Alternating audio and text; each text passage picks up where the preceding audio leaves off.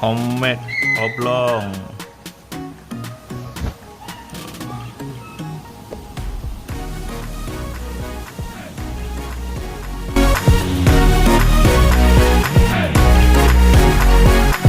Okey, hari ni kita makan apa nama? Oblong homemade. Buat sendiri ni, pakai beli burger Ramli.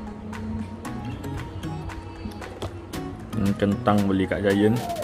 Ni barang-barang semua beli kat Giant semalam. Kita buat sendiri je oblong, tak payah beli kat kedai. Hari ni kita nak makan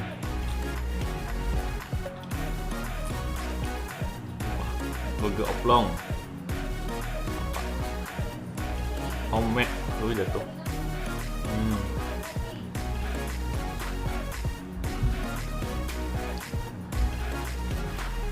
Baru siap masak. Kita try, sedap-sedap. Ni kentang beli kat Giant. Roti beli kat Giant. Daging Ramli pun beli kat Giant. Nugget beli kat Giant juga. So, jom kita makan.